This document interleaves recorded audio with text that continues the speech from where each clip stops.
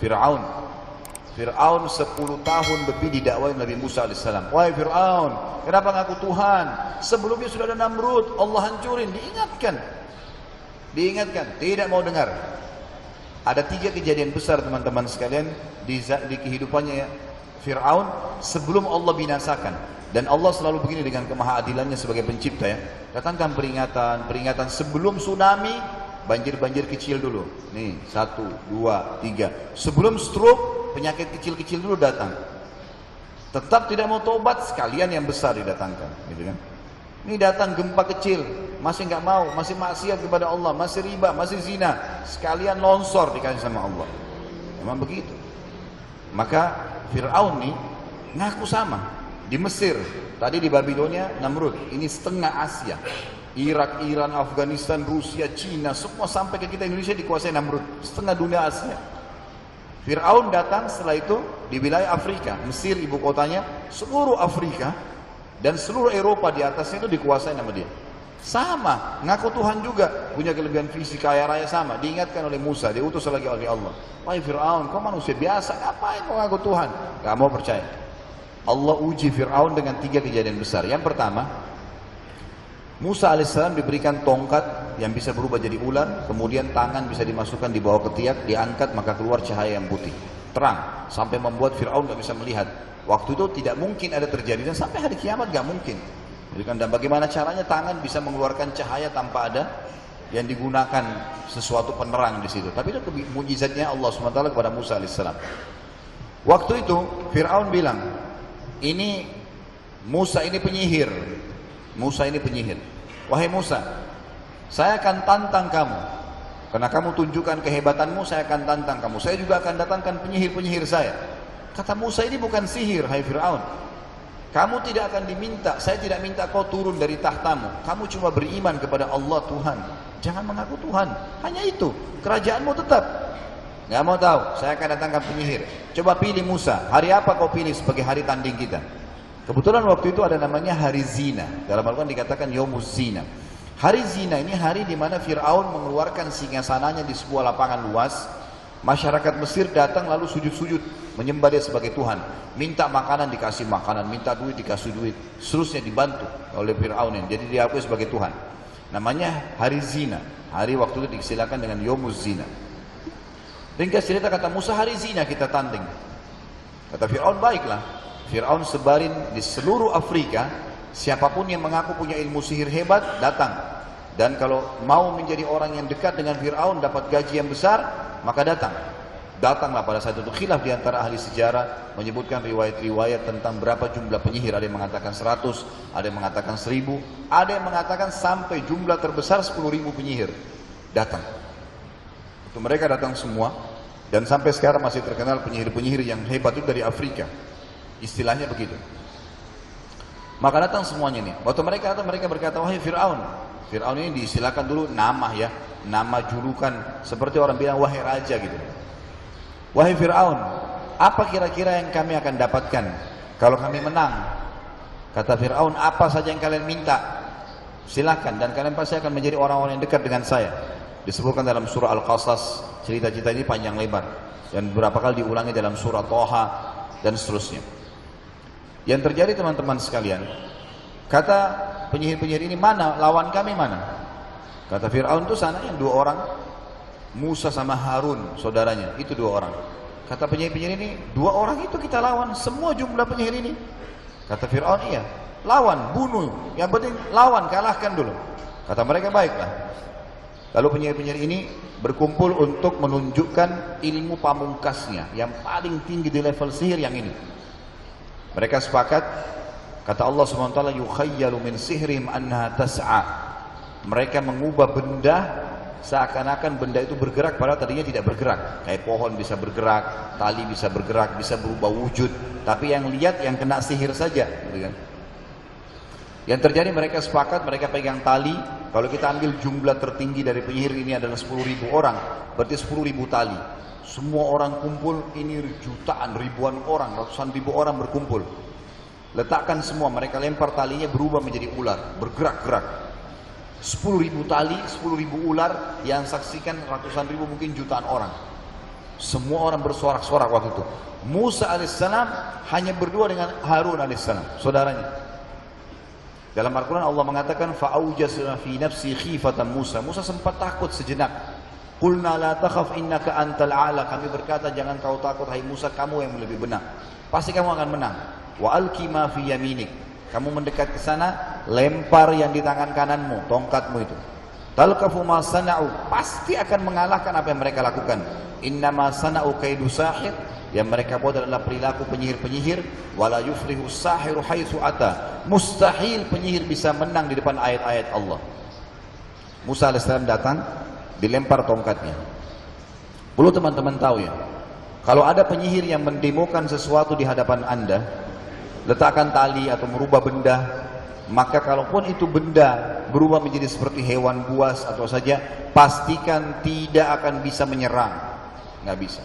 Itu hanya demonstrasi, demo saja di depan kita, berubah wujud. Itu yang Allah ceritakan dalam Al-Quran, dan itu terjadi pada penyihir-penyihir Fir'aun.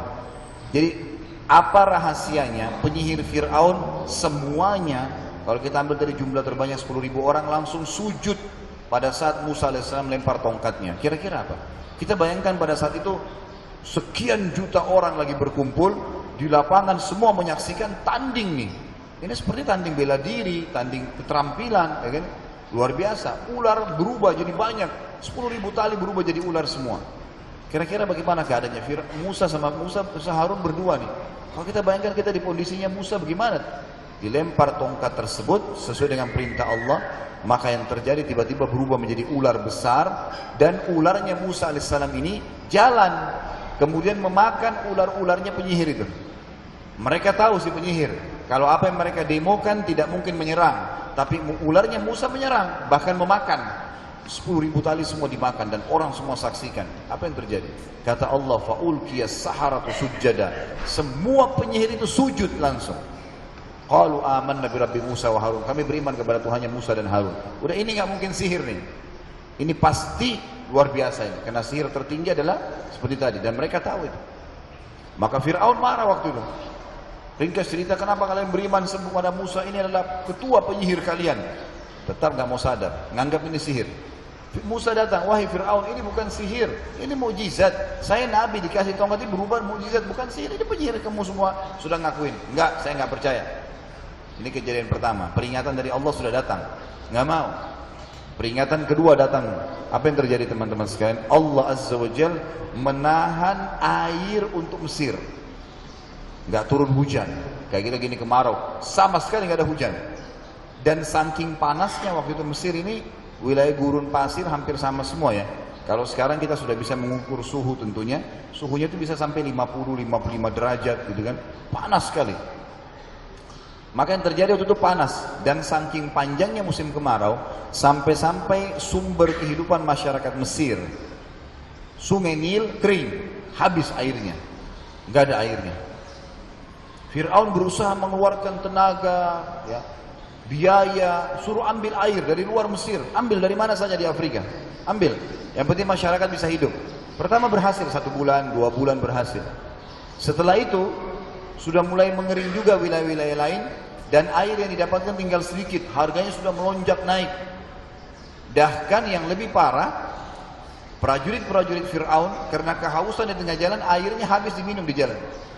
Gak sampai ke istananya Fir'aun. Tiba satu hari, salah satu penasehatnya Fir'aun datang, karena keadaan sudah krisis nih.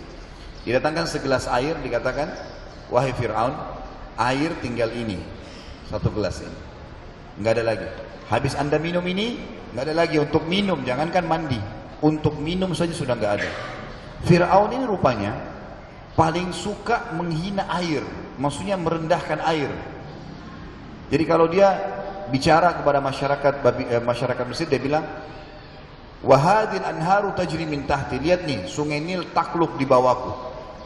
Dan dia selalu letakkan prajurit-prajuritnya di sekitar pesisir Nil, ada hari-hari tertentu ditahan, nggak boleh ngambil air kecuali memohon kepada Fir'aun, baru dikasih air, supaya lebih diakuin dia sebagai Tuhan gitu.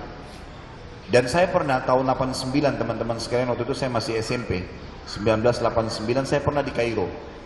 Waktu itu ada paman saya di sana dan saya dikirim oleh ayah saya ke sana. Saya sempat diajak oleh teman-teman yang sudah senior, waktu itu sudah kuliah. Ayo kita lihat piramida yuk, ayo pergi ke wilayah Ahram namanya, piramida itu. Datanglah, kami masukin piramida. Ada satu piramida yang kami masukin itu besar, piramida yang paling besar. Dan itu ternyata di dalam itu unik memang, batu-batu itu luar biasa gitu. Bagaimana bisa terbentuk itu memang satu hal tanda-tanda kebesaran Allah. Tapi kita naik tangga, saya sempat naik tangga sampai capek, saya masih ingat tangganya kecil, jauh sekali ke atas sampai ke puncaknya tuh. Pas tiba di puncak, ternyata di atas itu ada satu ruangan saja, satu ruangan gitu, tidak terlalu besar. Di situ ada seperti bak mandi, gitu. Cuma untuk kotak gitu. Saya pikir itu mungkin peti apa gitu kan, tapi dari batu terbuat. Saya tanya yang sedang bawa, ini apa akhi? Dia bilang ini tempat mandinya Fir'aun. Tempat mandinya di puncak piramida, di bawah air. Saya bayangkan bagaimana dulu orang-orangnya bawa air ke atas tuh, hanya untuk berendam di air tuh. Luar biasa kekuasaan dia pada saat itu, gitu kan? Saya bilang ini tempat mandinya Firaun, dia bilang tempat mandinya aja nih. Subhanallah. Baik, waktu itu Allah uji tuh, nggak ada air kecuali segelas ini. Setelah ini nggak ada air, Anda bisa mati kalau nggak minum Firaun. Kata Firaun, kumpul semua. Apa jalan keluarnya nih? Ini lucunya nih. Tuhan bermusyawarah gitu kan. Apa jalan keluarnya nih sekarang? Kata mereka tidak ada lagi jalan. Semua harta sudah dikeluarin, semua upaya sudah dilakukan, semua kekuatan sudah dikerahkan. Ada, semua ide sudah habis. Udah nggak ada lagi Firaun. Bahkan sungai Nil waktu itu ditaruh tumbal, dilempar anak gadis lah, ditempar kambing lah, ayam, macam-macam. Nggak bisa. Tetap nggak bisa, nggak keluar airnya. Karena nggak ada air, kering memang. Langit tidak turunkan hujan. Subhanallah. Yang terjadi ada satu penasihat Fir'aun bilang begini, ada satu yang belum dilakukan wahai Fir'aun. Semangat Fir'aun, apa itu? Tinggal satu ini tidak ada lagi setelah itu. Kata Fir'aun, apa? Coba cepat bilang. Dia bilang, Anda belum minta kepada Tuhannya Musa. Tinggal itu yang belum, yang lain semua sudah. Ini subhanallah, Allah buat keadaan seperti itu, gitu kan? Fir'aun dengan semangat panggil Musa. Musa datang alaihissalam, dan kebetulan waktu itu dalam beberapa riwayat disebutkan Musa alaihissalam subhanallah dengan pengikutnya hidup di satu kayak kalau kita kecamatan gitu ya, wilayah. Di situ ada sumur, tapi orang Fir'aun nggak tahu kalau ada sumur. Mereka hidup gitu kan, ada air. Ringkas cerita adalah Musa alaihissalam datang, lalu Fir'aun tidak mau tunjukkan kebutuhannya nih, duduk dengan keangkuhannya. Wahai Musa, kau mengaku kalau Tuhanmu itu bisa turunkan hujan dari langit. Kata Musa, bukan cuma air hujan, apa saja kau minta Allah kasih. Lalu dia bilang, sekarang kan kau tahu Mesir lagi panas, nggak ada air. Coba minta pada Tuhanmu turunkan hujan dari langit. Kata Musa, apa kira-kira konsekuensinya kalau Tuhan saya turunkan hujan dari langit? Dia bilang, saya dan pengikut saya akan beriman pada Tuhanmu. Musa alaihissalam senyum sambil berkata, Fir'aun, betulkah yang kau ucapkan ini? Kalau Tuhanku dan Tuhanmu Allah turunkan hujan dari langit, kau akan beriman? Kata Fir'aun, ini semua jadi saksi nih. Pemuka-pemuka ini semua jadi saksi. Musa alaihissalam di hadapan Fir'aun mengangkat tangan ke langit, teman-teman sekalian, mengatakan, wahai zat Allah, pencipta langit dan bumi, dipuji-puji Allah SWT. Dan terakhir dia mengatakan, yang telah menahan hujan sehingga tidak turun ke Mesir, aku mohon kepadamu turunkanlah hujan untuk Mesir. Belum ditutup doanya Nabi Musa alaihissalam, mendung hujan sebulan tidak berhenti.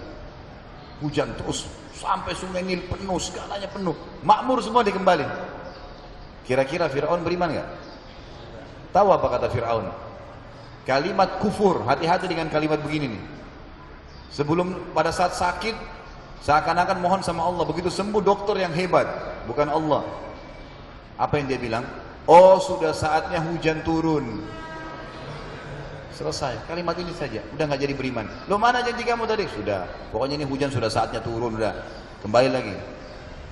Terakhir yang ketiga teman-teman sekalian kejadian, waktu itu tersebar berita di seluruh wilayah kekuasaannya Fir'aun. Ternyata Fir'aun yang kita ngakuin Tuhan selama ini nggak bisa datangkan air untuk kita kecuali sudah minta tolong sama Tuhannya Musa. Berarti Tuhannya Musa lebih hebat tuh. Hampir terulang lagi kasus Namrud tadi, gitu kan? Tuhannya Musa, Tuhannya Ibrahim. Yang terjadi teman-teman sekalian, orang pada beriman. Waktu itu Fir'aun sebenarnya kalau dia beriman sama Allah, nggak dicopotin dari dudukannya, tetap jadi raja. Bahkan luar biasa kata ulama, kalau Namrud waktu itu sama Fir'aun ya, beriman, maka mereka mungkin manusia yang paling banyak pahala di muka bumi. Karena semua pengikutnya beriman, gitu kan? Tapi dia kufur, nggak mau sampai Allah binasakan, akhirnya rugi sendiri. Nggak disuruh copot kerajaannya kok. Yang terjadi, terakhir Fir'aun bilang, ini Musa sumber masalah, bunuh Musa. Ini kejadian ketiga terakhir, bunuh Musa. Baik, kumpul pasukan, ada prajurit, ada pasukan-pasukannya. Kalau kita mungkin Kopassus ya, ada pasukan khususnya Fir'aun ini dipakai dalam keadaan darurat, dipakai oleh Fir'aun, kejar Musa. Musa alaihissalam sebagai manusia biasa, teman-teman sekalian. Dan kita harus tahu semua nabi-nabi memang begitu, manusia biasa. Maka Musa ikhtiar, wahyu belum turun, lari dengan pengikutnya, kita selamatkan diri.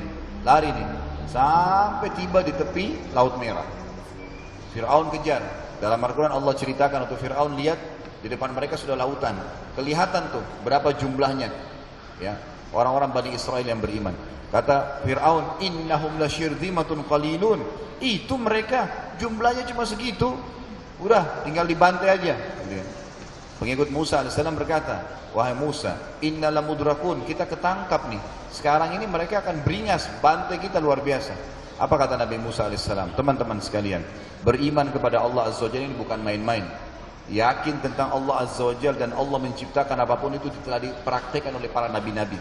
Musa alaihissalam mengatakan, kalla, nggak mungkin. Inna ma'i rabbi sayahdin. Ada Tuhan saya pasti menolong saya. Nggak mungkin. Apa yang terjadi? Jibril alaihissalam datang menyampaikan, wahai Musa, Tuhanmu perintahkan kamu agar mencambukkan tongkatmu di bibir Laut Merah itu. Itu saja perintahnya. Musa alaihissalam waktu itu tidak tahu apa-apa, tidak mengerti apa tujuannya. Pokoknya perintah Allah, cambukkan tongkatmu. Itu saja. Sama tadi Ibrahim alaihissalam, instruksi datang begitu. Puasa kalau umat Islam, hajilah, zakatlah, perintah. Hasilnya nanti itu sudah haknya Allah. Tapi perhatikan, kepatuhan kepada Allah mendatangkan hal yang luar biasa. Waktu itu Musa sudah dikejar, sudah ini beringas luar biasa, pasukan Fir'aun akan membantai mereka. Ini sudah bukan cuma dipenggal, ini mungkin dijincang-jincang mereka kalau ditemuin. Karena Fir'aun sangat benci waktu itu. Yang terjadi teman-teman sekalian, waktu dihantamkan tongkat tersebut, Musa pun alaihissalam sempat kaget. Laut Merah tiba-tiba berdiri, airnya seperti tembok-tembok yang besar. Dan itu Fir'aun saksikan. Dia lihat tuh, tongkat Nabi Musa dicambuk, lihat itu laut itu berdiri. Kata Allah, fakana kattawdil azim, seperti tembok-tembok yang tinggi dan terbagi menjadi 12 bagian. Karena yang ikut bersama Musa AS 12 Bani Israel, 12 suku Israel yang akan lewat setiap suku di satu lorong itu, gitu kan. Fir'aun waktu lihat itu teman-teman sekalian bukan beriman. Malah dia bilang kepada para prajuritnya, kejar sebelum Musa selamat. Mana itu? Musa AS jalan sebagai manusia, dikejar. Allah SWT mudahkan Musa AS menyeberang. Kemudian Fir'aun di tengah lautan ditutup sama Allah SWT air tersebut. Lalu Allah menukil apa yang Fir'aun ucapkan dengan lisannya yang tidak ada yang dengar waktu itu, tidak ada yang dengar. Allah SWT sendiri yang menyampaikan kepada kita. Waktu sudah sampai air menenggelamkan dia lihat malaikat maut, apa yang Fir'aun katakan? Qala amantu billadhi amana bihi banu Israel. Saya beriman sekarang sama apa yang diimani oleh Bani Israel. Kata para ulama tafsir, nggak bisa lagi ucapin Allah karena sudah bangkangnya. Dia cuma bilang saya beriman kepada yang diberi oleh Bani Israel. Tapi sudah nggak bisa. Ini sudah malaikat maut lagi proses mau mencabut ruhnya. Lalu Allah mengatakan, al-yawma nunajjika bi badanika litakuna ayatan liman khalfak. Hari ini kami selamatkan jasadmu agar menjadi tanda-tanda kebesaran kami. Sekarang kita bisa lihat, alhamdulillah biar tidak ke Mesir, bisa kita syed. Mumi Fir'aun kelihatan sampai sekarang masih ada, cuman memang dagingnya yang mengeropos gitu kan, tapi seluruh tulang-tulangnya masih utuh, rambutnya masih ada dan seterusnya. Maka Allah SWT berikan tanda-tanda kebesaran. Dan di sini teman-teman sekalian ambil pelajaran secara keimanan. Allah Subhanahu wa taala waktu menyuruh Musa alaihissalam mencambukkan tongkatnya, pertanyaannya, kira-kira tongkatkah yang membuat air laut itu bisa berdiri? Hah? Kok cuma 2-3 orang yang nyaut? Tongkat yang membuat air Laut Merah berdiri? Baik. Allah Subhanahu wa taala, mampukah Allah membuat Musa alaihissalam terbang ke samping sana tanpa injak laut? Bisa nggak? Bisa. Tapi kenapa prosesnya seperti itu teman-teman sekalian? Karena Allah ingin menjelaskan kepada kita semua manusia saya sudah ciptakan kalian dengan sistem yang ada dalam kehidupan kalian, maka akan berjalan sesuai dengan sistem kalian. Maka Musa alaihissalam disuruh cambuk tongkatnya. Ini proses manusiawianya. Selebihnya hak kami yang buatlah itu. Kan itu. Kita cuma ikhtiar, selebihnya selesai. Coba renungi, saya keluar sedikit dari kisah ini. Renungi kisah tentang Maryam alaihissalam.